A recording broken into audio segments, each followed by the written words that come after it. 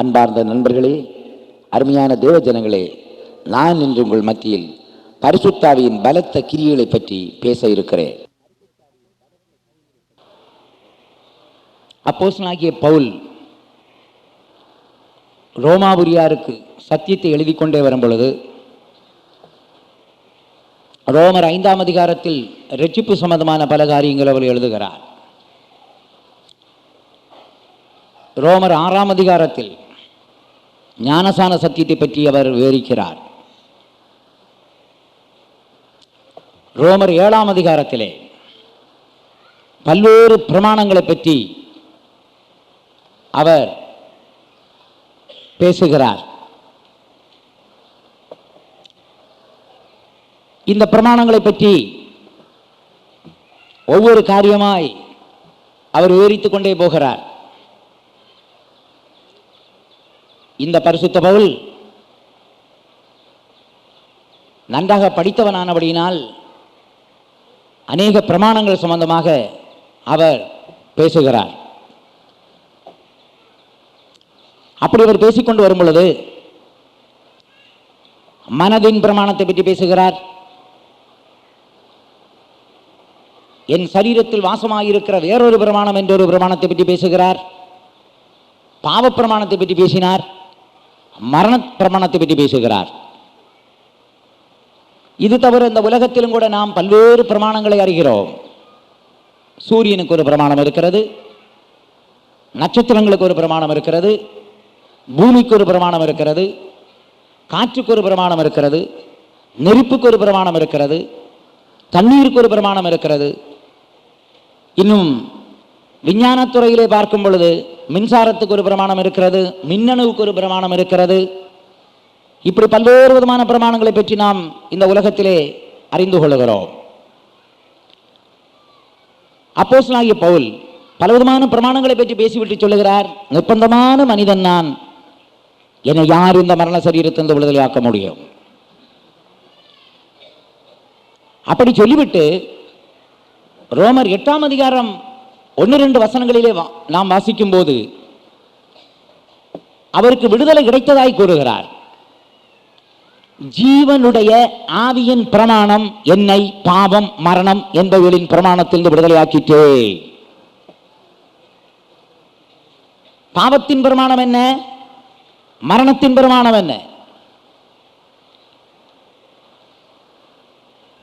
பாவத்துக்கு ஒரு பிரமாணம் இருக்கிறது. பாவம் செய்கிறவன் பாவத்துக்கு அடிமையாயிருக்கிறார். யார் பாவம் செய்கிறார்களோ அவர்களை அடிமைப்படுத்துவது பாவத்தின் பிரமாணம். மரணத்துக்கு ஒரு பிரமாணம் இருக்கிறது. மரணம் மனிதனுக்கு வேதனையை கொடுக்கிறது.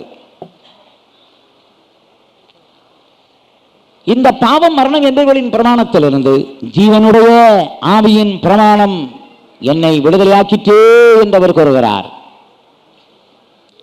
பரிசுத்த ஆவியானவர் பல்வேறு பிரமாணங்களை அவ்வப்போது நமக்கு சொல்லித் தருகிறார்.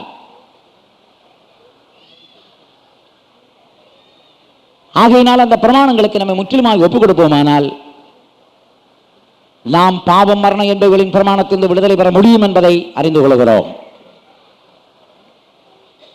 பரிசுத்த ஆவியானவர் நமக்கு ஆன்மீக ஜீவியத்திலும் பல பிரமாணங்களை சொல்லித் தருவார், சரீர பிரகாரமான ஜீவியத்திலும் பல பிரமாணங்களை சொல்லித் தருவார்.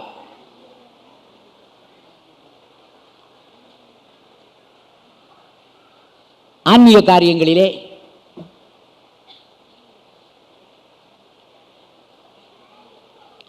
நாம் எப்படி பாடுபட வேண்டும், எப்படி ஒரு வெற்றிகரமான வாழ்க்கை செய்ய வேண்டும், என்னென்ன பிரதிஷ்டை செய்ய வேண்டும், எப்படி நாம் பூர்ண பரிசுத்தம் அடைய முடியும், கர்த்தருடைய வருகைக்கு எப்படி போக வேண்டும், சீயோனை சுதந்தரித்துக் கொள்ள நாம் என்ன செய்ய வேண்டும் என்று ஆன்மீக சம்பந்தமாய் பல பிரமாணங்களை அவ்வப்போது நமக்கு சொல்லித் தருவார். இது தவிர சரீர சம்பந்தமான காரியங்களுக்கு ஆண்டவர் நமக்கு பல பிரமாணங்களை சொல்லித் தருவார். நாம் எதை உடுக்க வேண்டும், என்னென்ன காரியங்களை உண்ண வேண்டும், எங்கே குடியிருக்க வேண்டும், எங்கே செல்ல வேண்டும், நாம் என்ன படிக்க வேண்டும், எங்கே படிக்க வேண்டும், என்ன வேலை செய்ய வேண்டும், எங்கே என்ன வேலை செய்ய வேண்டும், எப்படி உபவாசிக்க வேண்டும், எப்படி ஜெபிக்க வேண்டும் என்ற பல காரியங்களை நம்முடைய வாழ்க்கையிலே அவ்வப்போது ஆவியானவர் சொல்லித் தருகிறார். அந்த பிரமாணங்களுக்கு நாம் முற்றிலுமாய் ஒப்பு கொடுக்கும் பொழுது நிச்சயமாய் பாவம், மரணம் என்பவர்களின் பிரமாணத்தில் நாம் விடுதலை பெற்றுக் கொள்ள முடிகிறது.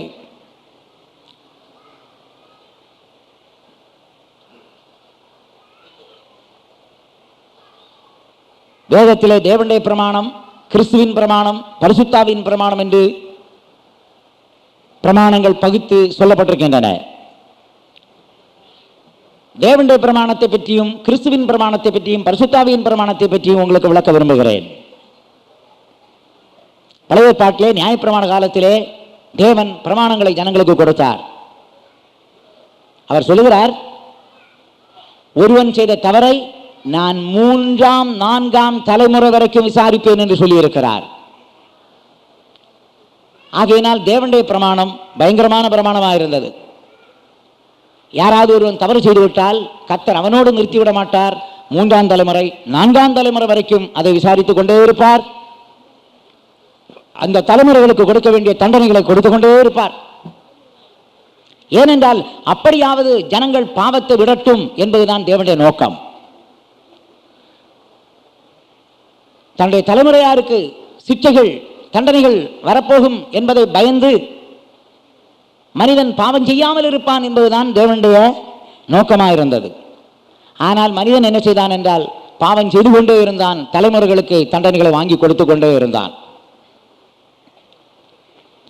கிறிஸ்துவின் பிரமாணம் என்னவென்றால், இயேசு கிறிஸ்து பரிசுத்த சம்பந்தமான பிரமாணத்தை சொல்லும் போது அவனவன் செய்கிற தவறை அவனவனிடத்திலே விசாரிக்க வேண்டும் என்ற கொள்கை உடையவராக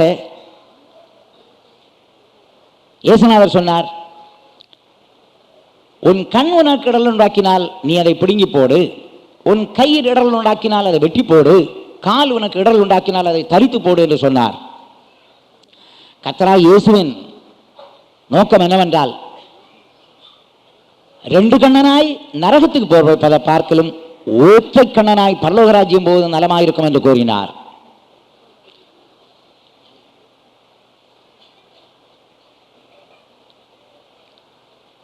அதுபோல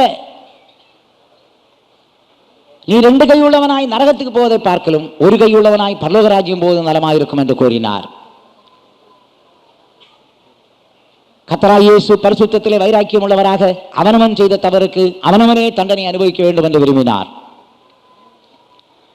ஆனால் பரிசுத்தாவியின் பிரமாணம் என்னவென்றால், சரீரத்தை அழிக்க வேண்டாம், சரீரத்தின் செய்கைகளை அழிக்க வேண்டும் என்றதான பிரமாணத்தோடு பரிசுத்த ஆவியானவர் அந்த பிரமாணம் உடையவராயிருந்தார். ஆகையினால் கர்த்தராகிய இயேசு பிதாவிடத்தில் பரிந்து பேசி, பிதாவே 3ஆம் 4ஆம் தலைமுறை வரைக்கும் நாம் விசாரிக்க வேண்டாம், அவனவன் செய்த தவறை அவனிடத்தில் விசாரித்துக் கொள்ளலாம் என்று சொல்லி பரிந்து பேசின நிமித்தம் இயேசு கிறிஸ்து கொண்டு வந்த பிரமாணத்தை பிதாவாகிய தேவன் அங்கீகரித்தார். இவருடைய பரிந்து பேசல், இவருடைய விண்ணப்பம், இவருடைய வேண்டுதலை ஆண்டவர் அங்கீகரித்து அதற்கு அனுமதி கொடுத்தார். அதற்கு பின்பு பரிசுத்த ஆவியானவர் சரீரத்தில் உள்ள அவயவங்களை அழிக்காமல் சரீரத்தின் செய்கைகளை அழிக்க வேண்டும் என்று பிதாவிடத்தில் பரிந்து பேசினபடியினால், பிரியமானவர்களே, அதற்கும் பிதாவானவர் இரக்கம் பாராட்டி அந்த பிரமாணத்தை அங்கீகரித்திருக்கிறார். ஆகையினால் ஒரு காலத்திலே தேவனுடைய பிரமாணம் அமலுக்கு இருந்தது, அதற்கு பின்பு கர்த்தராகிய இயேசுவின் பிரமாணம் அமலுக்கு இருந்தது, இப்பொழுது பரிசுத்தாவியின் பிரமாணம் அமலுக்கு கொண்டு வரப்பட்டிருக்கிறது. எப்படியாயினும் இந்த திருத்துவ தெய்வத்தின் நோக்கம் என்னவென்றால், பாவம் மனிதனை விட்டு அறவே அகற்றப்பட வேண்டும் என்றும் மனிதன் பாவமற்ற ஒரு வாழ்க்கை செய்ய வேண்டும் என்று அவர் விரும்புகிறார். ஆகையினால் பரிசுத்த ஆவியானவர் பல்வேறு பிரமாணங்களை தருவதிலே அவர் கண்ணும் கருத்துமாய் இருந்து நமக்கு உதவி செய்கிறார். இரண்டாவது, இந்த பரிசுத்தாவியின் பலத்த கிரியையிலே ரோமர் 8ஆம் அதிகாரம் 6ஆம் வசனத்தில் நாம் பார்க்கிறோம், ஆவியின் சிந்தையோ ஜீவனும் சமாதானமுமாம் என்று. மாமிச சிந்தை மரணம், ஆவியின் சிந்தையோ ஜீவனும் சமாதானமுமாம். மாம்சீக சம்பந்தமான சிந்தனைகள் உடையவர்களாய் நாம் இருப்போமானால் அந்த மாம்ச சிந்தை மனதுக்குள்ளே மரணத்தை உண்டாக்குகிறது. பாவம் செய்கிற ஆத்மா சாகும் என்று வேதத்தில் நாம் படிக்கிறோம். அப்போஸ்தலனாகிய பவுல் ரோமாபுரியாருக்கு எழுதும் பொழுது பாவத்தின் சம்பளம் மரணம் என்று கூறுகிறார். இதெல்லாம் ஆத்மாவிலே உண்டாகிற மரணம். மாம்சீக சிந்தனையினால் மனதிலே மரணத்தை உண்டாக்கி கொள்ளுகிறோம். பாவம் செய்வதன் மூலமாக ஆத்மாவிலே மரணத்தை உண்டாக்குகிறோம். சரீரபிரகாரமான மரணம் பாவிக்கும் உண்டு, பரிசுத்தவானுக்கும் உண்டு. ஏனென்றால் ஒரு தரம் மரிப்பதும் பின்பு நியாய தீர்ப்படைவதும் மனுஷனுக்கு நியமிக்கப்பட்டிருக்கிறது. ஆகையினால் சரீரபிரகாரமான மரணம் பாவிக்கும் உண்டு, பரிசுத்தவானுக்கும் உண்டு. ஆனால் நம்முடைய வாழ்க்கையிலே மனதிலே மரணம் வரக்கூடாது, ஆத்மாவிலே மரணம் வராதபடி நாம் நம்மை பாதுகாக்க வேண்டும். அதே நேரத்தில் ஆவியின் சிந்தையோ ஜீவனும் சமாதானமும் ஆகும். இந்த ஆவிக்குரிய காரியங்களை நாம் சிந்தித்துக் கொண்டே இருப்போமானால் அது நமக்குள்ளே ஜீவனை உண்டாக்குகிறது, சமாதானத்தை உண்டாக்குகிறது. நமக்குள்ளே ஆவிக்குரிய சிந்தையை உண்டாக்குவது யார்? பரிசுத்த ஆவியானவர்.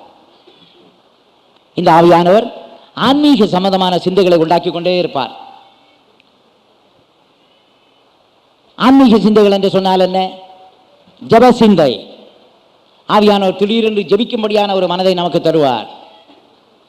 அப்பொழுது நம்முடைய மனமெல்லாம் ஜபத்தில் ஈடுபாடு கொண்டிருக்கும் பொழுது கர்த்தரோடு பேசலாம், கர்த்தருடைய சத்தம் கேட்கலாம், கர்த்தரோடு உறவாடலாம். இவ்விதமாக நமக்குள்ளே ஒரு ஆன்மீக சிந்தை உருவாக்கப்படுகிறது.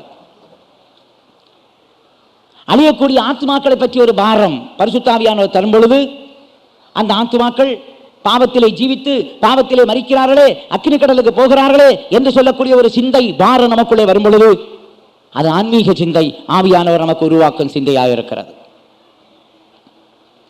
அது தவிர சில நேரத்தில் ஆண்டவரை புகழ்ந்து பாட வேண்டும் என்று ஆவியானவர் மனதிலே ஒரு சிந்தையை கொடுப்பாரானால் அவரை புகழ்ந்து மகிமைப்படுத்தி நாம் பாடக்கூடிய பாடல்களை அவ்வப்போது நம்முடைய வாயிலே தந்து கொண்டே இருப்பார். அந்த நேரங்களிலே நம்முடைய மனதெல்லாம் கர்த்தரை எப்படி புகழலாம், எப்படி அவரை துதிக்கலாம், எப்படி மேன்மைப்படுத்தலாம் என்று நம்முடைய மனது ஈடுபாடு கொண்டிருப்பதனால் அந்த ஆவியின் சிந்தையை நமக்குள்ளே உண்டாக்குகிற ஒரு ஆவியானவர். அது தவிர ஆண்டவர் செய்த நன்மைகளை சில வேளை நினைக்கக்கூடிய ஒரு சிந்தையை ஆவியானவர் உண்டாக்கி தருவதனால் நம்முடைய வாழ்க்கையை நாம் திரும்பி பார்க்கிறோம். நான் ரட்சிக்கப்படும் முன்னே எப்படி இருந்தேன், ரட்சிக்கப்பட்ட பின்பு கர்த்தர் என்னை எப்படி மாற்றி இருக்கிறார், என்னுடைய சுவாபத்தை மாற்றி இருக்கிறார், என்னுடைய ஊழியங்களை மாற்றி இருக்கிறார், எனக்கு புதிய புதிய கிருபைகளை தந்திருக்கிறார், வரங்களை தந்திருக்கிறார் என்றெல்லாம் நினைக்கும் பொழுது அவரை நன்றி செலுத்தக்கூடிய ஒரு நினைவு நமக்குள்ளே உண்டாகிறது. அந்த நினைவு உண்டான உடனே நாம் உதடுகளின் கனியாகிய ஸ்தோத்திர பலிகளை ஏறெடுத்துக் கொண்டே இருப்போம். இப்பேற்பட்ட நன்றியுள்ள ஒரு இருதயம் உண்டாக நம்முடைய வாழ்க்கையை திரும்பி பார்த்து கர்த்தர் செய்த நன்மைகளை நினைக்கும்படி நமக்கு ஆவிக்குரிய சிந்தையை உண்டாக்குகிறவர் ஆவியானவர். அதுபோல மற்றவர்களுக்கு நன்மை செய்ய வேண்டும் என்ற எண்ணம் நமக்கு திடீரென்று உண்டாகிறது.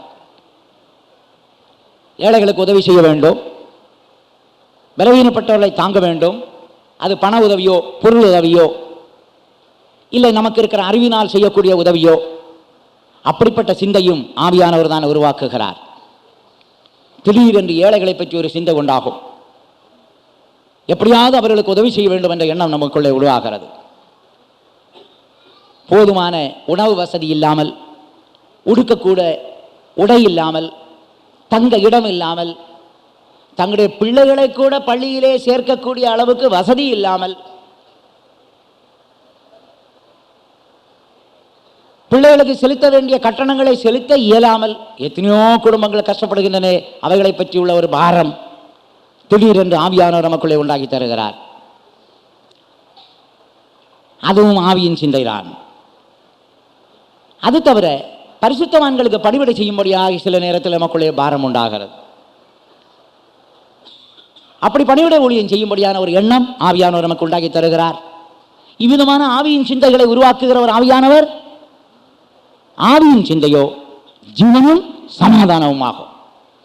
ஆகையினால் பிரியமானவர்களே, பரிசுத்த ஆவியானவர் நமக்குள்ள ஆவிக்குரிய சிந்தைகளை உருவாக்கி கொண்டே இருப்பார். அடுத்ததாக ரோமர் 8:11 நாம் என்ன படிக்கிறோம் என்றால், ஆவியானவர் சாவுக்கு ஏதுவான நம்முடைய சரீரத்தை உயிர்ப்பிப்பார் என்று எழுதியிருக்கிறது. சாவுக்கு ஏதுவான சரீரத்தை உயிர்ப்பிப்பார். நம்முடைய சரீரம் சாவுக்கு ஏதுவான சரீரம். செத்த சரீரத்தை பற்றி அவர் அங்கே சொல்லவில்லை. சாவுக்கு ஏதுவான சரீரம், அதாவது அற்பமான சரீரம். பலவீனமான சரீரம், வேதனையுள்ள சரீரம், வியாதியுள்ள சரீரம். இந்த சரீரத்தை பரிசுத்த ஆவியானவர் உயிர்ப்பிப்பார் என்று கூறுகிறார். அதை நமக்கு விளக்கி தரும்படியாய் அப்போஸ்தலனாகிய பவுல் அருமையான ஒரு ஓமையை சொல்லுகிறார். என்ன? கிறிஸ்துவை மரித்தோரிலிருந்து எழுப்பினவருடைய ஆவி உங்களில் வாசமாயிருந்தால் சாவுக்கேதுவான சரீரத்தை உயிர்ப்பிப்பாரா? பரிசுத்த ஆவியானவர் கிறிஸ்துவை மரித்தோரிலிருந்து எழுப்பினார். ஆகையினால் தான் இயேசுநாதர் ஞானஸ்நானம் பெற்று கரையேறின உடனே ஜெபம் பண்ணி பரிசுத்த ஆவியை பெற்றுக்கொண்டார். வானம் திறக்கப்பட்டது, பரிசுத்த ஆவியானவர் பிராவை போல வந்து இறங்கினார். அந்த ஆவியானவர் இவரை 40 நாள் உபவாசம் எடுக்கும்படி வனாந்தரத்துக்கு போக சொன்ன நேரத்தில் இயேசுநாதர் கீழ்ப்படிந்து போனார். கடைசியில் உபவாசம் முடித்து பலவீனப்பட்டு இருக்கும் பொழுது ஆவியானோடு பலத்தினாலே அவர் கலிலேயாவுக்கு கொண்டு போகப்பட்டார் என்று எழுதியிருக்கிறது.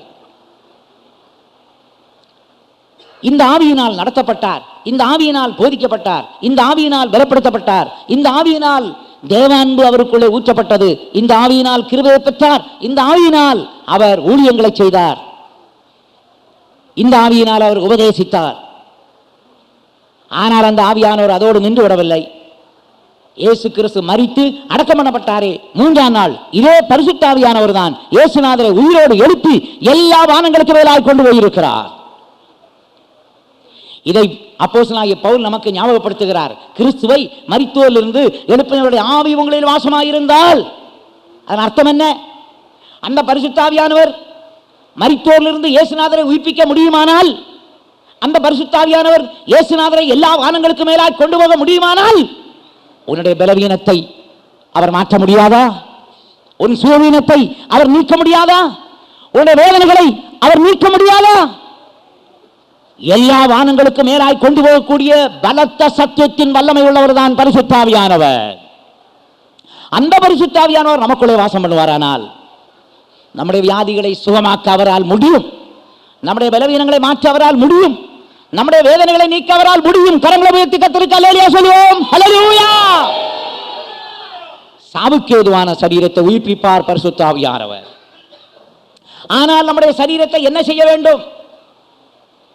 எண்ணாகமம் 17ஆம் அதிகாரத்தில் செய்த காரியத்தை நாம் செய்ய வேண்டும்.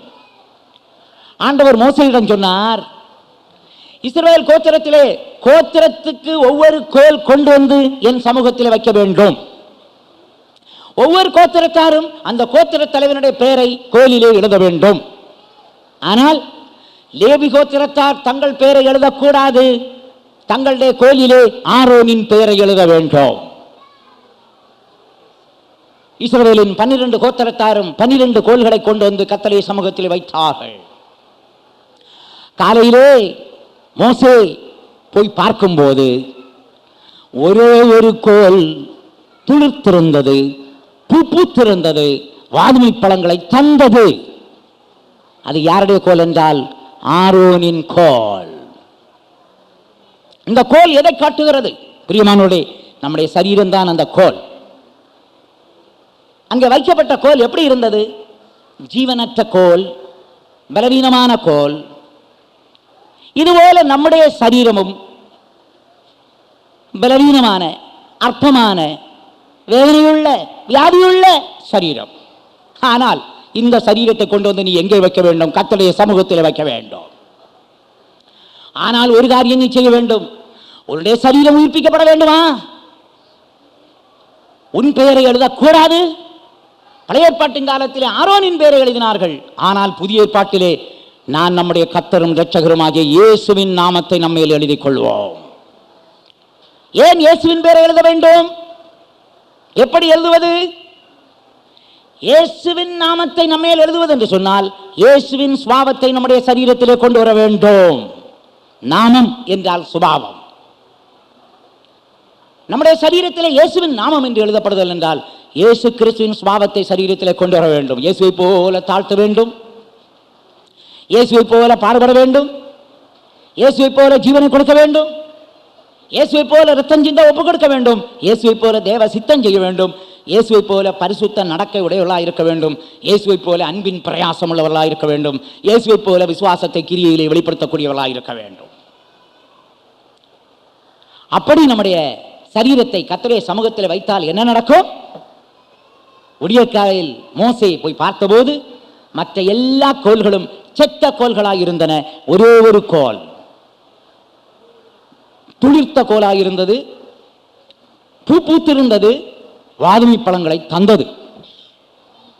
இதுபோல தேவ சமூகத்தில் நம்முடைய கோள்களாகிய இந்த சரீரம் வைக்கப்படும் பொழுது, இயேசுவின் சுவாபத்தை தரித்தவர்களாய் நாம் தேவ சமூகத்தில் இருக்கும்போது என்ன நடக்கும் என்றால், அந்த கோல் துளித்தது போல நம்முடைய சரீரம் உயிர்ப்பிக்கப்படும்.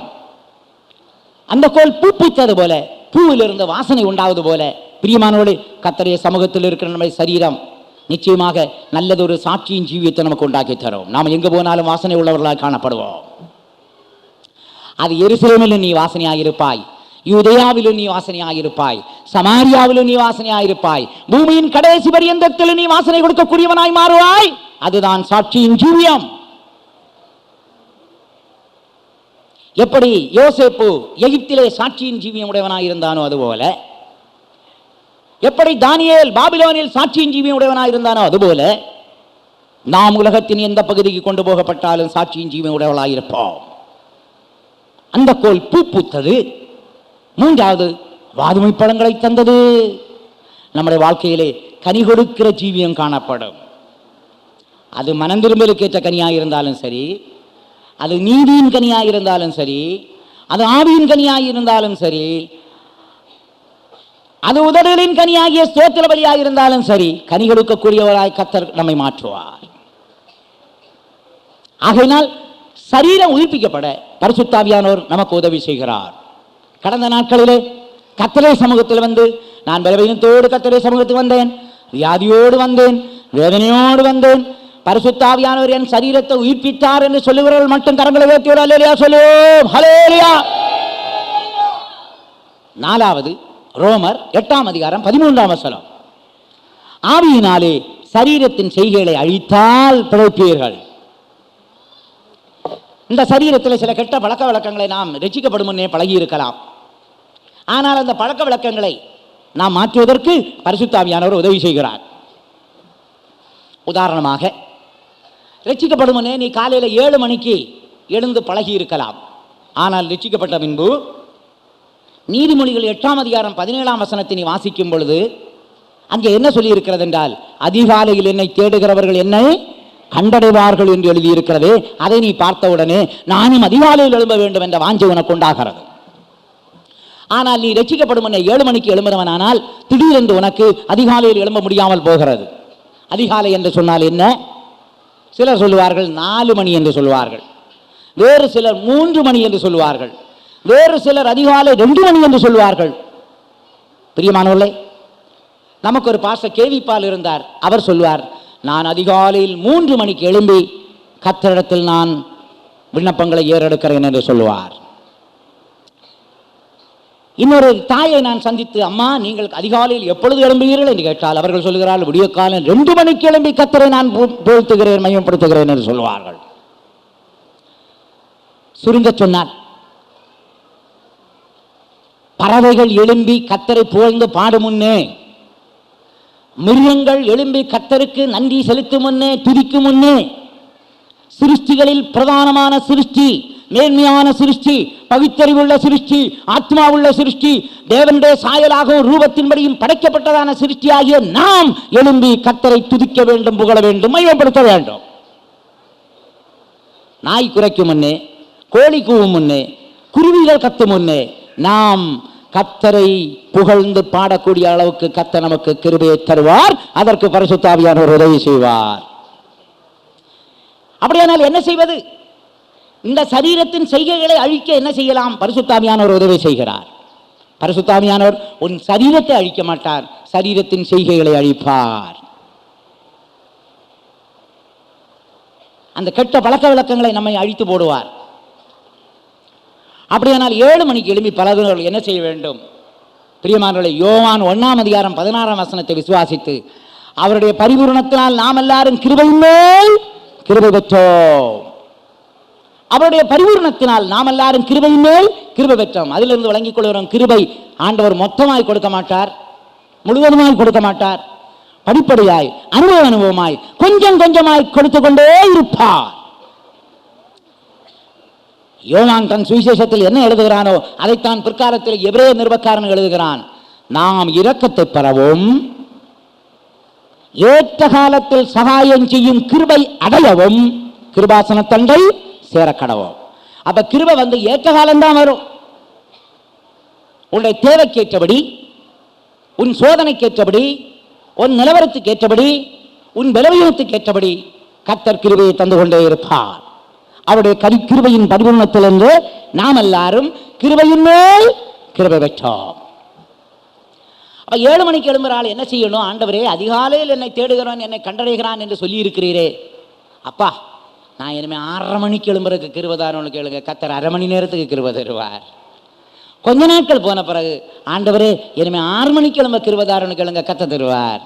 இன்னும் கொஞ்ச நாள் போனா 5:30 மணிக்கு எழும்ப கிருபைதாரோன்னு கேளுங்க, கர்த்தர் தருவார். பிறகு 5 மணி, 4:30, 4, 3:30, 3, 2:30, 2. பிரியமானவர்களே, அதிகாலை என்னை தேடுகிறவர்கள் என்னை கண்டடைகிறார்கள். ஏன்? புலம்பல்ல சொல்லி இருக்கிறது, காலைதோறும் அவருடைய கிருபைகள் எப்படி இருக்கிறதாம்? புதிதாக இருக்கிறது. காலைதோறும் அவருடைய கிருபைகள் புதிதாக இருக்கிறது. ஏன்? நமக்கு ஒவ்வொரு நாளும் புதிய புதிய சோதனை, புதிய புதிய வேதனை, புதிய புதிய பாடு, புதிய புதிய பிரச்சனை, இவைகளெல்லாம் நாம் மேற்கொள்ள நமக்கு புது கிருபை தேவை. ஆகினால் காலைதோறும் அவருடைய கிருபைகள் புதிதாக இருக்கிறது. ஆவியினாலே சரீரத்தின் செய்கைகளை அழித்தால் பிழைப்பீர்கள். இந்த சரீரத்தின் பழக்க வழக்கங்களை அழிக்கும்படி அந்த பரிசுத்த அக்கினி நமக்குள்ளே வரும். சில தீய பழக்க வழக்கங்கள் இருக்கும், அதை நம்மை விட்டு போகும்படியாய் கர்த்தர் என்ன செய்வார்? அந்த பரிசுத்த அக்கினி அனுப்பி அந்த பழக்க வழக்கங்களை அழிய செய்வார். இனிமேல் அடுத்தது ரோமர் 8ஆம் அதிகாரம் 14ஆம் வசனத்தில் என்ன சொல்லி இருக்கிறது என்றால், அந்த ஆவியானவர் நம்மை நடத்துகிறார் என்று சொல்லுகிறது. எவர்கள் தேவனுடைய ஆவியினாலே நடத்தப்படுகிறார்களோ அவர்கள் தேவனுடைய புத்திரராயிருக்கிறார்கள். கர்த்தருடைய ஆவி நம்மை நடத்துகிறார். ஆவியின் நடத்திப்பு நமக்கு தேவை. இலங்கையில் ஒரு பரிசுத்தவான் ஆவியானவர் சொன்னாராம், பின்னாக போ. உடனே இவர் பின்னா போனாராம். போன உடனே என்ன நடந்தது? மேலே இருந்து ஒரு பெரிய பீம் உடைந்து கீழே விழுந்திருக்கிறது. அன்னைக்கு அந்த ஆவியானுடைய சத்தத்துக்கு இவர் செவி கொடுக்காமல் அங்கே நின்று கொண்டிருந்திருப்பாரானால் அந்த பீம் இவர் தலையிலே விழுந்து இவர் சுக்குநூறாய் அந்த இடத்திலே நசுங்கி செத்திருப்பார். ஆவியானவர் நம்மை நடத்துகிறார்.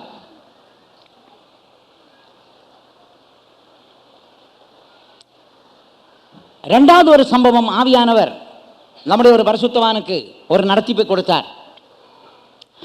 அவர் நாகர்கோவிலில் இருந்து பிரயாணம் பண்ண வேண்டும். அப்பொழுது அவர் யோசித்தாரா, திருவள்ளுவர் பஸ்ஸில் பிரயாணம் பண்ணி நாம் சென்னையிலே சுகமாய் இறங்கி விடலாம் என்று. ஆவியானவர் சொன்னார், மகனே, இன்றைக்கு நீ பஸ்ஸில் பிரயாணம் பண்ணக்கூடாது, திருநெல்வேலியில் போய் நீ ட்ரெயினில் பிரயாணம் பண்ண வேண்டும் என்று கர்த்தர் ஏவுதல் கொடுத்திருக்கிறார், நடத்திப்பை கொடுத்தார். திருநெல்வேலியில் ஆர்டினரி கம்பார்ட்மெண்ட்டில் ஏறி முழுராத்திரியும் தூங்காமல் இந்த இடத்துல சேர்றது கஷ்டமான காரியம்தான். ஆனாலும் நடத்திப்பு அப்படி இருக்கிறதே என்று சொல்லி இவர் மிகுந்த கஷ்டத்தோடு திருநெல்வேலியில் சாதாரண கம்பார்ட்மெண்ட்டில் ஏறி முழுராத்திரியும் தூங்காமல் மெட்ராஸில் இறங்கினார். காலையில் இந்தியன் எக்ஸ்பிரஸ் பேப்பர் வாங்கி பத்திரிகை படிக்கும் பொழுது அதில் எழுதியிருக்கிறது, தான் எந்த பஸ்ஸில் புறப்பட வேண்டும் என்று நினைத்தாரோ அதே பஸ் வழியிலே ஆக்சிடென்ட் ஆகி அநேகர் செத்து போனார்கள், அநேகர் கைகாலை இழந்து போனார்கள். அப்பொழுதுதான் அவர் விளங்கி கொண்டார், கர்த்தருடைய நடத்திப்பு இவ்வளவு உண்மையாக இருக்கிறது. ஆகையினால் அருமையான தேவனுடைய ஜனமே, பிரயாணங்கள் கூட கர்த்தருடைய ஏவுதலின்படி நடத்திப்பின்படி நீங்கள் செய்வீர்களானால் நீங்கள் பாதுகாக்கப்படுவீர்கள், நாங்களும் பாதுகாக்கப்படுவோம்.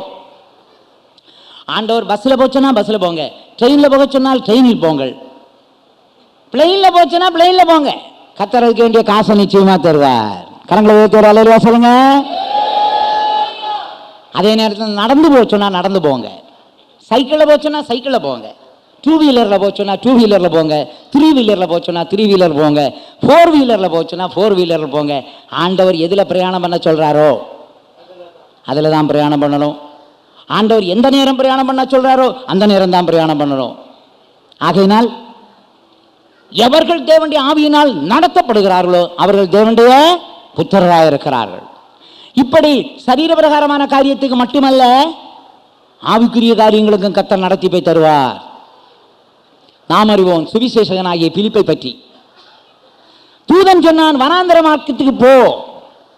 ஆனால் அங்கே போன பொழுது ஆவியானவர் சொன்னார், நீ ஓடி போய் அந்த ரதத்தோடு சேர்ந்து கொள். பிலிப்பு ஓடினான். அங்கே போய் பார்க்கும் பொழுது ரதத்திலே ஒரு மந்திரி ஆகமத்தை வாசித்துக் கொண்டிருக்கிறார். பிலிப்பு கேட்கிறார், நீர் வாசிப்பதின் அர்த்தம் உமக்கு விளங்குகிறதா? மந்திரியா சொன்னார், ஒருவன் எனக்கு சொல்லித் தராவிட்டால் எப்படி விளங்கும் என்று சொல்லி இந்த பிலிப்பை தன்னோடு ஏறி உட்கார்ந்து பிரயாணம் பண்ணும்படி அவன் வேண்டிக் கொண்டான். பிலிப் என்பவன் ஆவியின் ஏவுதலினால் அங்கே போனவன். ஆவியின் ஏவுதலினால் அவனோடு பேச ஆரம்பித்தான். இயேசுவை பற்றியும் இரட்சிப்பை பற்றியும் ஞானஸ்நான சத்தியத்தை பற்றியும் சொல்லி முடிய மந்திரி கேட்கிறான், இதோ தண்ணீர் உள்ள ஒரு இடம் வந்திருக்கிறது, ஞானஸ்நானம் பெறுவதற்கு என்ன தடை? இயேசு கிறிஸ்து ஜீவனுள்ள தேவனுடைய குமாரன் என்று நீ விசுவாசிப்பாயானால் தடையில்லை என்று கூறினான். பிறகு 2 பேரும் தண்ணீருக்குள்ளே இறங்க பிலிப்பு மந்திரிக்கு ஞானஸ்நானம் கொடுத்தான்.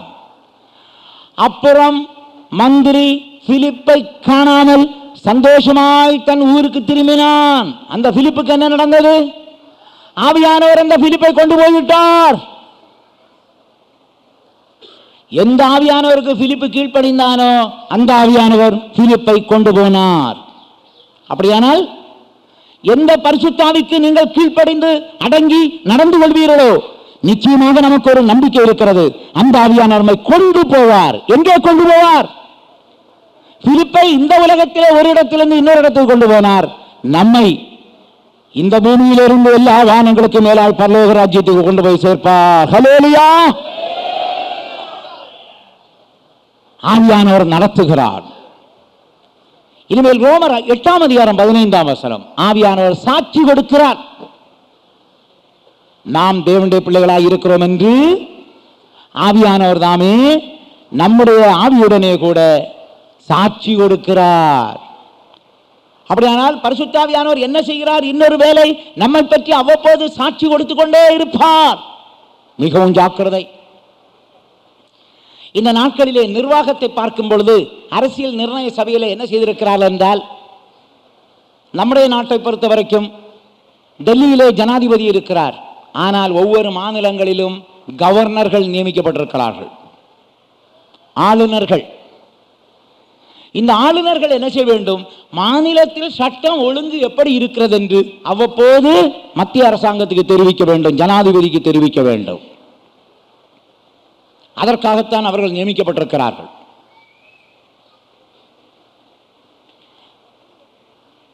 அந்த மாநிலத்தை பற்றி உண்மையான நிலவரத்தை அவர்கள் எடுத்துச் சொல்ல வேண்டும். இங்கே சட்டம் ஒழுங்கு அமைதியா இருக்கிறது, நல்லா இருக்கிறது, இல்லாவிட்டால் இங்கே கலவரம் இருக்கிறது, இங்கே போராட்டம் இருக்கிறது, இங்கே பிரச்சனை இருக்கிறது என்றெல்லாம் இருக்கிற நிலவரத்தை இருக்கிற வண்ணமாகவே சொல்லக்கூடிய அளவுக்கு மத்திய அரசாங்கத்திலிருந்து சில அதிகாரிகளை, ஆளுநர்களை வைத்திருக்கிறார்கள்.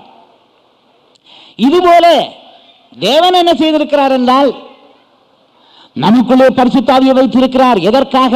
நம்மை பற்றி அவ்வப்போது தகவல் தெரிவிக்கும்படியாக. அந்த ஆவியானவர் உண்மையான நிலவரத்தை தெரிவிப்பார். என்ன தெரிவிப்பார்? இவர் எனக்கு கீழ்ப்படுகிறார், இவர் என் சத்தத்துக்கு செவி கொடுக்கிறார், இவர் தன்னை ஒப்பு கொடுக்கிறார், என்னுடைய விருப்பப்படி இவர் ஊழியம் செய்கிறார், என்னுடைய சித்தத்தின்படி இவர் எல்லா காரியத்தையும் செயல்படுகிறார் என்று நம்மை பற்றி நல்ல சாட்சியும் கொடுப்பார். மறுபுறத்திலே நாம் ஏதாவது தவறுகள் செய்தோம் என்றால் அதுவும் தேவனுக்கு தெரியப்படுத்துகிறார். இவர் என்னை துக்கப்படுத்துகிறார், இவர் எனக்கு எதிர்த்து நிற்கிறார், இவருக்குள்ளே கசப்பு, கோபம், வைராக்கியம், கூக்குரல், துர்க்குணம் எல்லாம் இருக்கிறது, இவரை நான் மீட்க முடியாது, இவர் என்னை வேதனைப்படுத்துகிறார் என்று சொல்லி அதையும் கூட தெரிவித்துக் கொண்டே இருப்பார்.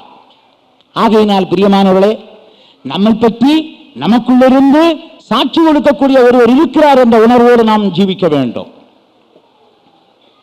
ஆவியானவர் தாமே நாம் தேவனுடைய பிள்ளைகளாக இருக்கிறோம் என்று நம்முடைய ஆவியோடு கூட சாட்சி கொடுக்கிறார். நமக்குள்ளே ஒரு ஆவி இருக்கிறது, நம்முடைய ஆவி.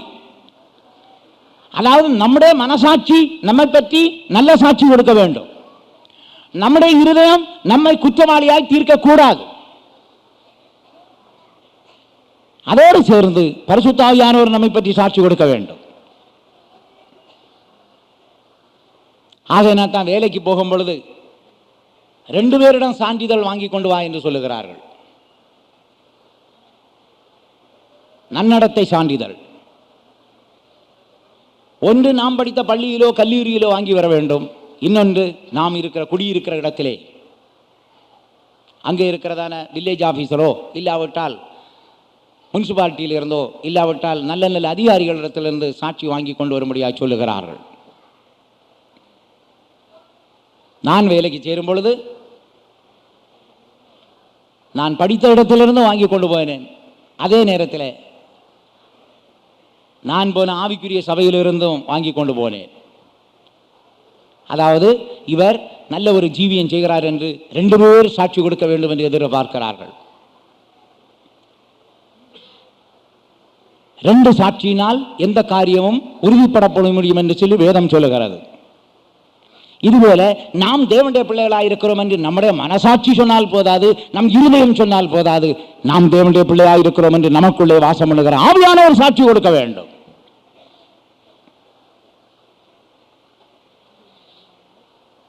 ஆகையினால் பிரியமானவர்களே, இந்த பரிசுத்த ஆவியானவர் நம்மை பற்றி அவ்வப்போது சாட்சி கொடுக்கக்கூடியவராக இருக்கிறார். அந்த ஆவியானவரை பிரியப்படுத்தி, ஆவியானவரை சந்தோஷப்படுத்தி, ஆவியானவருக்கு கீழ்ப்படிந்து, ஆவியானவருக்கு ஒப்புக் கொடுத்து நாம் ஜீவிப்போமானால் நம்மை பற்றி நல்ல சாட்சியை பரிசுத்த ஆவியானவர் கொடுப்பார். விசுவாசத்தோடு ஒரு அல்லேலூயா சொல்லுவோம். அடுத்தது ரோமர் 8ஆம் அதிகாரம் 23ஆம் வசனத்திலே ஆவியானவர் கர்த்தருடைய வருகையை பற்றியுள்ள தவிப்பை நமக்குள்ளே உண்டாக்குகிறார். ஆவியின் முதற்பலங்களை பெற்ற நாமும் கூட நம்முடைய சரீர மீட்பாகிய புத்திர சுவிகாரம் வருவதற்கு காத்திருந்து நமக்குள்ளே தவிக்கிறோம். தவிப்பை ஆவியானவர் உண்டாக்குகிறார். நாம் எப்பேற்பட்ட தவிப்புள்ளவர்களாய் இருக்க வேண்டும் என்பதை விளங்க செய்யும்படி அப்போஸ்தலனாகிய பவுல் இதே ரோமர் 8ஆம் அதிகாரத்தில் மேற்கண்ட வசனங்களில் சொல்கிறார், தேவனுடைய புத்திரர் வெளிப்படுவதற்கு சர்வ சிருஷ்டியும் ஏகமாய் தவித்து பிரசவேதனைப்படுகிறது.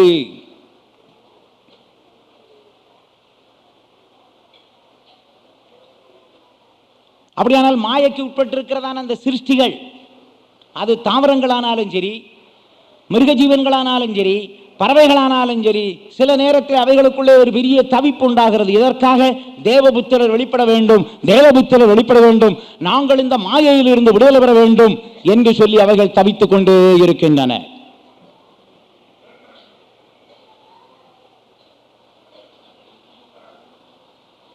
ஆகையினால் பிரியமானோடு, சர்வ சிருஷ்டியும் ஏகமாய் தவித்து பிரசவேதனைப்படுகிறது என்பதை அப்போஸ்தலனாகிய பவுல் கண்டுபிடித்திருக்கிறார்.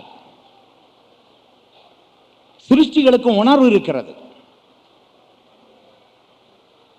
ஆனால் அவைகள் பேச முடியாமல், வெளிப்படுத்த முடியாமல் இன்றைக்கு மாயைக்கு உட்பட்டு கட்டப்பட்டிருக்கிறார்கள். மனிதன் செய்த பாவத்தின் நிமித்தம் சிருஷ்டிகள் எல்லாம் கட்டப்பட்டிருக்கிறது. ஆனால் அவைகளுக்குள்ள ஒரு தவிப்பு இருக்கிறது. தேவபுத்திரர் வெளிப்பட வேண்டும், நாம் எல்லாரும் தேவனுடைய புத்திரராய் வெளிப்பட வேண்டுமாம்.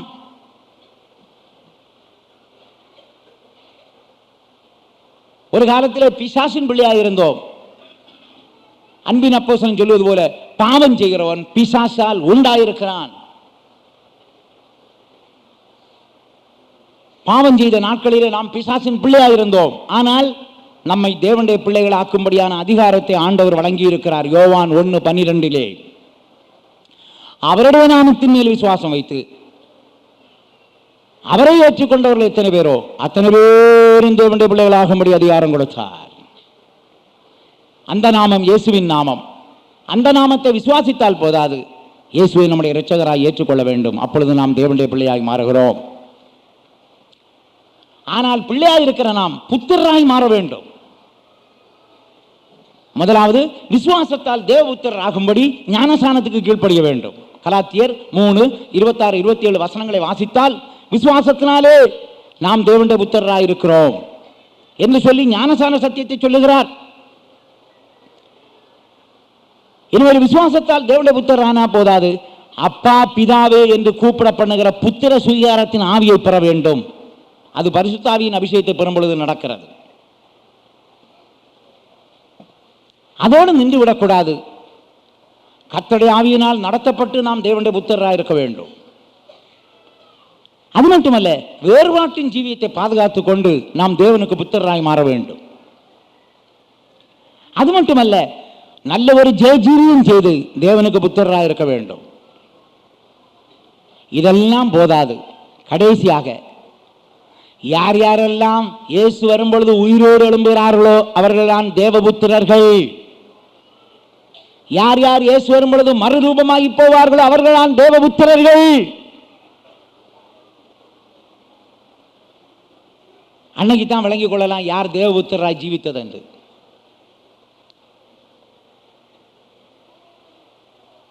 இப்படி தேவபுத்திரர் வெளிப்படும் பொழுதற்கு சர்வ சிருஷ்டி ஏகமாய் தவித்து பிரசவம் ஏற்படுகிறது. ஏனென்றால் அந்த சர்வ சிருஷ்டிக்கும் தெரியும், இந்த தேவபுத்திரர் வெளிப்பட்டு 7 வருஷங்கள் அடிமைத்தனத்துக்குள் இருக்க வேண்டும். அந்த 7 வருஷம் முடித்து விட்டதென்றால் 1000 வருஷ அரசாட்சி வரும் பொழுது, இயேசு ராஜாதிராஜாவாக வரும் பொழுது, இதே தேவபுத்திரர்கள் ராஜாக்களாய் வரும் பொழுது நம்முடைய எல்லா அடிமைத்தனமும் மாறி நாம் எல்லாரும் மாயையில் இருந்து விடுதலை பெற்று நாம் சுவாதீனத்தை பெற்றுக் கொள்வோம் என்று சர்வ சிருஷ்டிகளுக்கும் தெரியும். ஆகையினால் இப்பொழுது அவைகள் எல்லாம் தேவபுத்திரர் வெளிப்படுவதற்காய் சர்வ சிருஷ்டி ஏகமாய் தவித்து பிரசவ வேதனைப்படுகிறது. பவுல் இந்த காரியத்தை சொல்லிவிட்டு சொல்லுகிறார், சர்வ சிருஷ்டியுமே நாம் தேவபுத்திரராய் வெளிப்பட காத்திருக்கும் போது நாம் தேவகுமாரன் வெளிப்படும்படி ஆவலோடு காத்திருக்க வேண்டாமா என்று கேட்கிறார். ஆகையினால் தாவர வர்க்கத்திற்கு இருக்கிற தவிப்பை பார்க்கலும், மிருக ஜீவன்களுக்கு இருக்கிற தவிப்பை பார்க்கலும், பறவைகளுக்கு இருக்கிற தவிப்பை பார்க்கலும், அண்டசராசரத்தில் இருக்கிற எல்லா தவிப்பை பார்க்கலும் நம்முடைய தவிப்பு மேலானதாக இருக்க வேண்டும். ஏனென்றால் கர்த்தராகிய இயேசு இனிமேல் நமக்கு மணவாளனாய் வெளிப்பட போகிறார். எப்படி ஒரு மணவாட்டிக்கு கல்யாண நாள் எப்போ வரும்னு ஒரு ஆசையும் தவிப்பும் தாகமும் இருக்குதோ, இதுபோல நமக்கு இயேசு கிறிஸ்துவின் வருகை எப்பொழுது இருக்கும் என்றதான ஒரு தவிப்பும் தாகமும் உண்டாக வேண்டும் என்று கர்த்தர் நம்மை குறித்து எதிர்பார்க்கிறார். இந்த தவிப்பை உண்டாக்குறது யார்? பரிசுத்த ஆவியானவர். அதனால தான் ரெபேக்காளை எலியேசர் கூட்டிட்டு போறார். கூட்டிட்டு போய் ஈசாக்கை காமிக்கிறார், அதுதான் என்னுடைய எஜமானன். உடனே ரெபேக்காள் ஒட்டகத்திலிருந்து கீழே இறங்கி ஈசாக்கை பணிந்து கொண்டாள். அவன் ஈசாக்கு ரெபேக்காளை தன்னுடைய கூடாரத்துக்குள்ளே அழைத்து கொண்டு போனான். ஆகையினால் பரிசுத்த ஆவியானவர் தான் நமக்கு அந்த இயேசுவை சந்திக்க, இயேசுவை பணிந்து கொள்ள, இயேசுவோடு கூட கூடாரத்தில் பிரவேசிக்க, அந்த மகாபரிசுத்த ஸ்தலத்தில் பிரவேசிக்க, அவரோடு சிங்காசனத்தில் உட்கார, அவர் கொடுக்கிறதான மகிமையை பெற்றுக்கொள்ள, அவருடைய வல்லமையை அதிகாரத்தை உடையவர்களாக இருக்க நமக்கு உதவி செய்வது பரிசுத்த ஆவியானவர். கரங்களை உயர்த்தி சொல்லுவோம். தவிப்பை உண்டாக்குகிறவர் பரிசுத்த ஆவியானவர். அவரையே நினைக்க வேண்டும், அவரையே பார்க்கணும், அவரோடு பேச வேண்டும், அவருடைய சத்தம் கேட்க வேண்டும், அவரோடு நடக்க வேண்டும், அவரோடு இருக்க வேண்டும் என்று சொல்லக்கூடிய ஒரு தவிப்பு உண்டாகும். உலகத்தில் சொல்லுவாங்கல்ல, இணை பிரியாத நண்பர்கள் சொல்லுவாங்களே. இணை பிரியாத நண்பர்கள் சொன்னால் அவங்க 2 பேரும் தனியாக எங்கேயும் பார்க்க முடியாது. சாப்பிட்டாலும் அங்கே பார்க்கலாம் அவங்க 2 பேரை, தூங்கினாலும் 2 பேரும் சேர்ந்து தான் தூங்குவாங்க, எழும்பினாலும் ஒன்றா தான் எழும்புவாங்க, போனாலும் ஒன்றா போவாங்க. இணைபிரியாத நண்பர்கள். கடைசியில் சாகிற நேரத்தில் ஒன்றா செத்துடுறாங்க. அப்படினால நம்முடைய கர்த்தராகிய இயேசு எப்படி இருக்கிறார்? அவர் நமக்கு இணைபிரியாத நண்பராக இருக்கிறார். அவரை விட்டு நாம் பிரியவே கூடாது. அவர் நமக்கு ஆத்மா மணவாளனாக இருக்கிறார், அவர் நமக்கு புருஷனாக இருக்கிறார். ஆகையினால் அவரை விட்டு நாம் பிரியவே கூடாது. சரீரம் தலையை விட்டு பிரிய முடியுமா? நாம் கிறிஸ்துவை விட்டு பிரியவே முடியாது. இப்படி அவரை பார்க்க வேண்டும், அவரோடு பேச வேண்டும், அவருடைய சத்தம் கேட்க வேண்டும், அவரோடு சஞ்சரிக்க வேண்டும் என்று சொல்லக்கூடிய தவிப்பை நமக்குள்ளே உண்டாக்குகிறவர் பரிசுத்த ஆவியானவர்.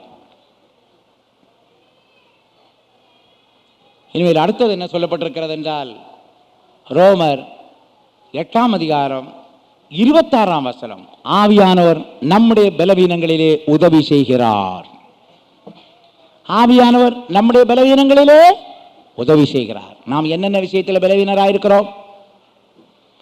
ஞானத்திலே குறைவுள்ளவர்களாயிருக்கிறோம், சில நேரத்தில் உணர்வில்லாமல் இருக்கிறோம், சில நேரத்தில் நம்முடைய பலன் குறைந்திருக்கிறது, சில நேரத்தில் நமக்கு அறிவில் குறைவு ஏற்பட்டிருக்கிறது, சில நேரத்தில் தெய்வ பயம் இல்லாமல் இருந்திருக்கிறோம், சில நேரத்தில் கிருபை குறைவு இருந்திருக்கிறது, சில நேரத்தில் அன்பில் குறைந்திருக்கிறோம், சில நேரத்தில் விசுவாசத்தில் குறைபட்டிருக்கிறோம், சில நேரத்தில் மகிமையில் குறைஞ்சிருக்கிறோம், சில நேரத்தில் தெளிந்த புத்தி இல்லாமல் இருந்திருக்கிறோம்.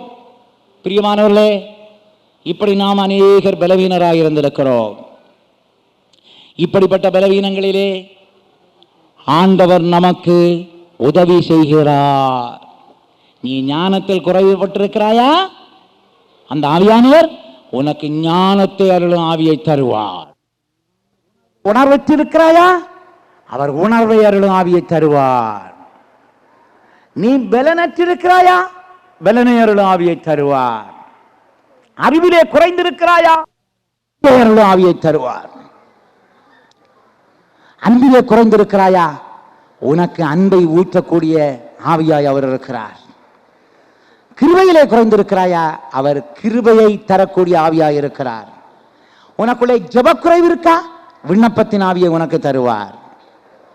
விசுவாச குறைவு இருந்தால் விசுவாசத்தின் ஆவியை தருவார். மகிமையிலே குறைந்திருக்கிறாயா? மகிமையை அருளும் ஆவியை தருவார். நம்முடைய பலவீனங்களிலே பரிசுத்த ஆவியானவர் உதவி செய்கிறார். அது மட்டுமா? நாம் ஏற்ற காலத்தில் வேண்டிக் கொள்வது இன்னதென்று அறியாமல் இருக்கிறவனினால் வாக்கு கடங்காத பெருமூச்சிகளோடு நமக்காக அவர் வேண்டுதல் செய்கிறார். சில நேரத்தில் பரிசுத்த ஆவியானவர் உனக்குள்ளே இருந்து வேண்டுதல் செய்வது உனக்கு நன்றாய் தெரியும். காரணம், நீ ஆலயமாயிருக்கிறாய். இந்த ஆலயத்துக்குள்ளே ஒருவர் விண்ணப்பம் பண்ண வேண்டுமா வேண்டாமா? நாம் ஆலயமானால் நமக்குள்ளே விண்ணப்பம் பண்ணக்கூடியவராய், வேண்டுதல் செய்யக்கூடியவராய், ஜெபிக்கிறவராய் பரிசுத்த ஆவியானவர் நமக்குள்ளே வீற்றிருப்பார். ஆகையினால் பிரியமானவர்களே, நம்முடைய பலவீனங்களிலே ஆவியானவர் உதவி செய்கிறார் என்பதை நாம் அதே அதிகாரத்தில் படிக்கிறோம். கடைசியாக இந்த ஆவியானவர் ரோமர் 8ஆம் அதிகாரம் 36, 37 வசனங்களை நாம் வாசிக்கும் போது, ஆவியானவர் தாமே நமக்கு வெற்றியின் வாழ்க்கை, ஜெய ஜீவியத்தை தருகிறார். கிறிஸ்துவின் அன்பை விட்டு என்னை பிரிப்பவன் யார்? உபத்திரமோ, வியாகுலமோ, துன்பமோ, பசியோ, நிர்வாணமோ, நாசமோசமோ, பட்டயமோ, இவை எல்லாவற்றிலும் நம்மில் அன்பு கூறுகிறவராலே நாம் முற்றிலும் ஜெயம் கொள்கிறோம். பரிசுத்த ஆவியானவர் நமக்கு ஜெயகரமான வாழ்க்கையை தருகிறார், வெற்றியின் வாழ்க்கையை தருகிறார்.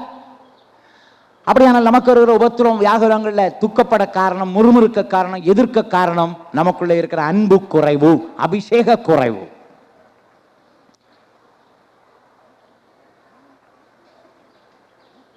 நம்மில் அன்பு கூறுகிறவராலே முற்றிலும் ஜெயம் கொள்கிறோம். இது ஏற்கனவே ஏசாயாவிலே சொல்லப்பட்டிருக்கிறது. பரிசுத்த ஆவியின் மூலம் நமக்கு கிடைக்கிற ஜெயம் 59ஆம் அதிகாரம் 19ஆம் வசனம்.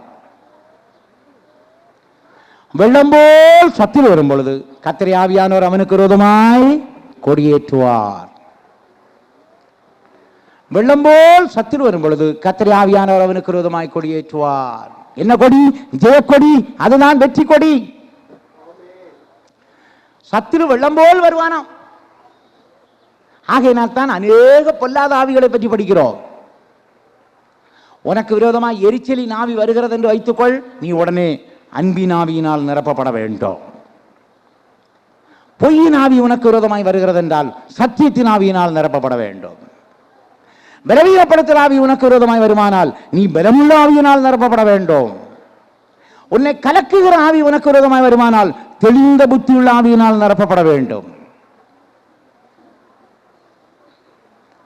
கனநித்திரையின் ஆவி உனக்கு விரோதமாய் வருமானால் நீ விண்ணப்பத்தின் ஆவியினால் நிரப்பப்பட வேண்டும்.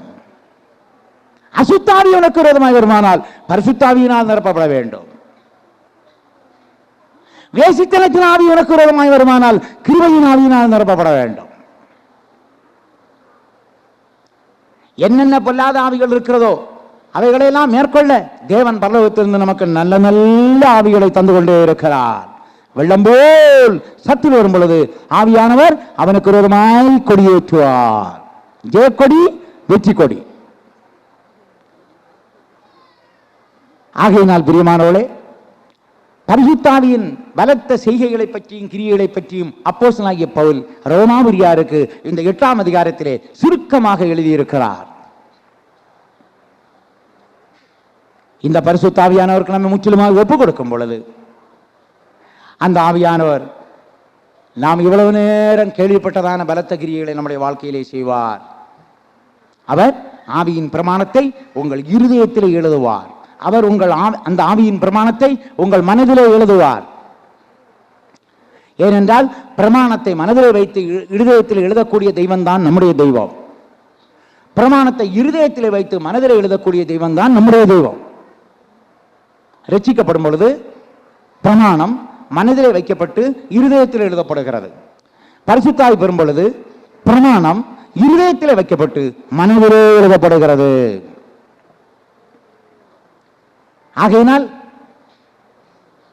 அந்த ஆவியின் பிரமாணம் நம்மளே எழுதப்படும்படியாக நாம் நம்முடைய மனதையும் இருதயத்தையும் பரிபூர்ணமாய் ஆண்டவருக்கு ஒப்புக் கொடுக்க வேண்டும். அவர் ஆவியின் சிந்தையை உண்டாக்கும்படி நம்மை முற்றிலுமாய் தாழ்த்தி தர வேண்டும். சாவுக்கு ஏதுவான நம்முடைய சரீரம் உயிர்ப்பிக்கப்படும்படியாய் நம்முடைய சரீரத்தை கர்த்தருடைய சமூகத்தில் வந்து ஆவியினால் நம்முடைய எலும்பு, நரம்பு, தசைகள் எல்லாம் பரிசுத்தாவியினால் நிரப்பப்படும்படி ஒப்புக் கொடுக்க வேண்டும். பொல்லாத பழக்க வழக்கங்கள் பரிசுத்தாவியினால் அழிக்கப்பட வேண்டியது அவசியம். ஆவியானவருடைய முழு நடத்திப்புக்கு நம்மை ஒப்புக் கொடுக்க வேண்டும். கர்த்தருடைய ஆவியானவர் நம்மை பற்றி நல்ல சாட்சி கொடுக்கக்கூடிய அளவுக்கு அவருக்கு கீழ்ப்படிவோம், அவரை சந்தோஷப்படுத்துவோம், அவருக்கு ஒப்புக் கொடுப்போம். வருகையை பற்றியுள்ள தவிப்பு உண்டாகும்படி ஆவியானவருக்கு நாம் நம்ம முற்றிலும் தாழ்த்தி தரும்போது அந்த தவிப்பை நமக்குள்ளே பெருக செய்து கொண்டே இருப்பார். உனக்கு என்ன பலவீனம் இருந்தாலும் பலவீனங்களை மாற்றக்கூடிய ஒரு பரிசுத்தாவி உனக்கு இருக்கிறார் என்பதை விளங்கிக் கொள். உன் பலவீனத்தை அவரிடத்தில் சொல், ஆண்டவர் உன் பலவீனத்தை எல்லாம் மாற்றி போடுவார். கடைசியாக வெற்றியின் வாழ்க்கை வேண்டுமா, ஜெயஜீவியம் வேண்டுமா, பரிசுத்தாவியானவர் உனக்கு உதவி செய்கிறார். இந்த பரிசுத்தாவின் பலத்த கிரியைகளுக்காய் நாம் நம்முடைய ஆவி ஆத்ம சரீரத்தை ஒப்படைப்போம். எல்லாரும் கண்களை மூடி ஜெபம் பண்ணுவோமா? எங்கள் அருமையான நல்ல பிதாவே, இந்த நல்ல வேலைக்காக உம்மை ஸ்தோத்திரிக்கிறோம் ஆண்டவரே. பரிசுத்தாவின் பலத்த கிரியைகளை பற்றி அப்போஸ்தலனாகிய பவுல் ரோமாபுரியாருக்கு என்ன எழுதியிருக்கிறாரோ அதை நாங்கள் தியானம் பண்ண எங்களுக்கு தந்த அருமையான வேலைக்காக உம்மை ஸ்தோத்திரிக்கிறோம் ஆண்டவரே. இந்த நாட்களிலே அந்த பலத்த கிரியைகள் எங்களுக்குள்ளே நடக்கும்படியாய் எங்கள் ஆவி ஆத்ம சரீரத்தை ஒப்படைக்கிறோம் ஆண்டவரே. ஆவியானவரே, நீர் எங்களை பற்றி நல்ல நல்ல சாட்சி கொடுக்கக்கூடிய அளவுக்கு எங்களுடைய வாழ்க்கை அமையும்படியாய் ஒப்படைக்கிறோம்.